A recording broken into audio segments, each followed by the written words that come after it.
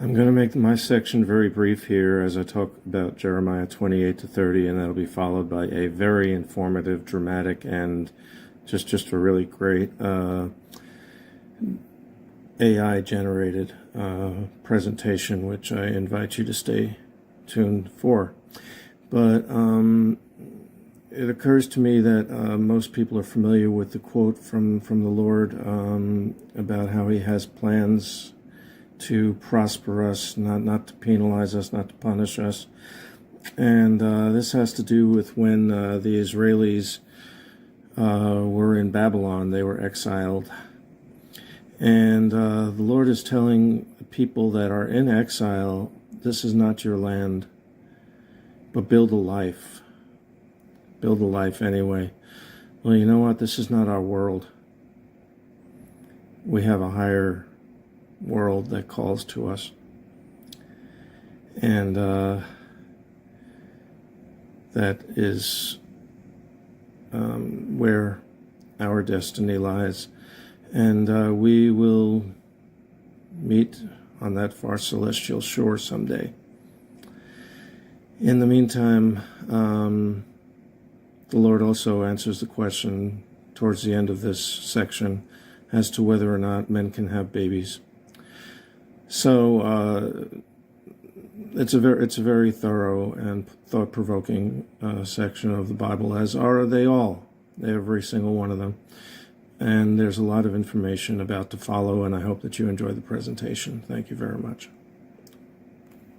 The book of Jeremiah paints a vivid picture of a nation on the brink of collapse. The once thriving cities now lie in ruins, their walls crumbling and their streets desolate.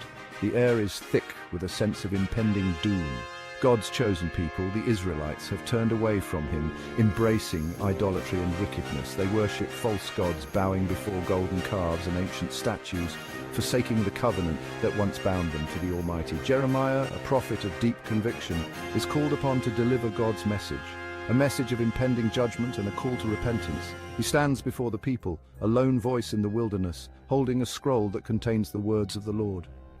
Chapters 28 to 30 offer a particularly poignant glimpse into this tumultuous period, highlighting themes of truth, deception, despair, and ultimately, hope. The words on the parchment reveal the struggles of a nation caught between faith and folly.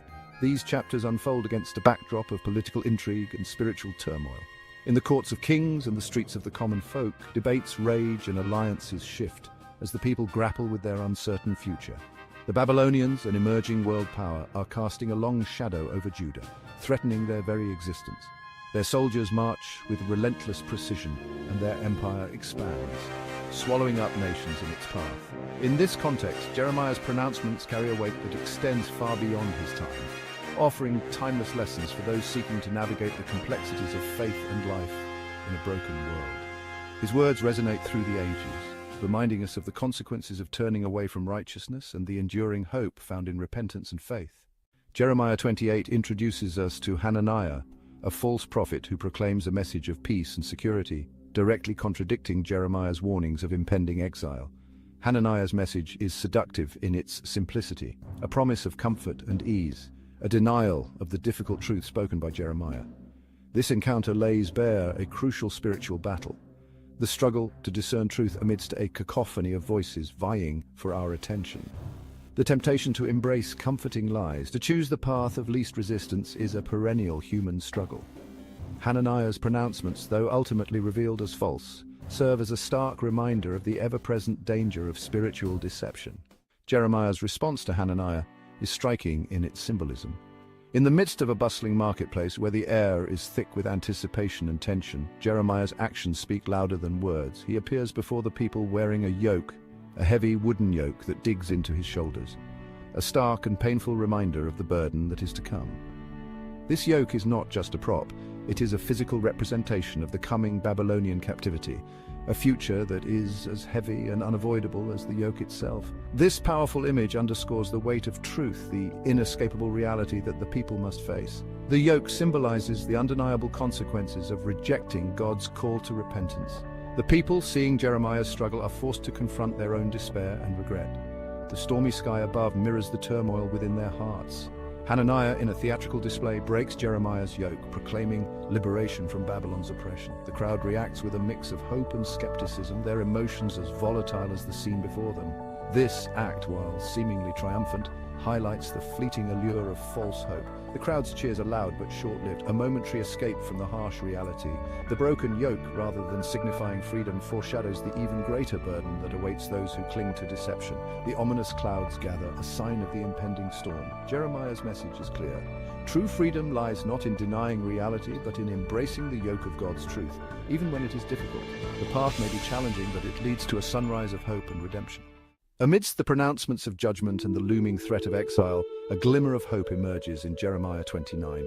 This chapter stands out as a beacon of light in a time of darkness, offering a message that transcends the immediate circumstances of the exiles. This chapter contains a letter penned by Jeremiah to the exiles in Babylon, offering words of comfort and a promise of restoration. Jeremiah's letter is not just a historical document, it is a timeless message of resilience and faith. Jeremiah's message to the exiles is both practical and profound. He provides them with guidance on how to live in a foreign land, encouraging them to find purpose and meaning even in their displacement. He urges them to build homes, plant gardens, and seek the welfare of the city where they have been taken captive. This advice is not merely about survival, it is about thriving and contributing positively to their new environment. This call to action underscores a crucial truth. Even in the midst of suffering and displacement, hope can flourish. It is a reminder that life can continue to grow and blossom, even in the most unexpected places. God's faithfulness, Jeremiah reminds them, is not contingent on their circumstances. It is an unwavering anchor in the storm. This enduring faithfulness provides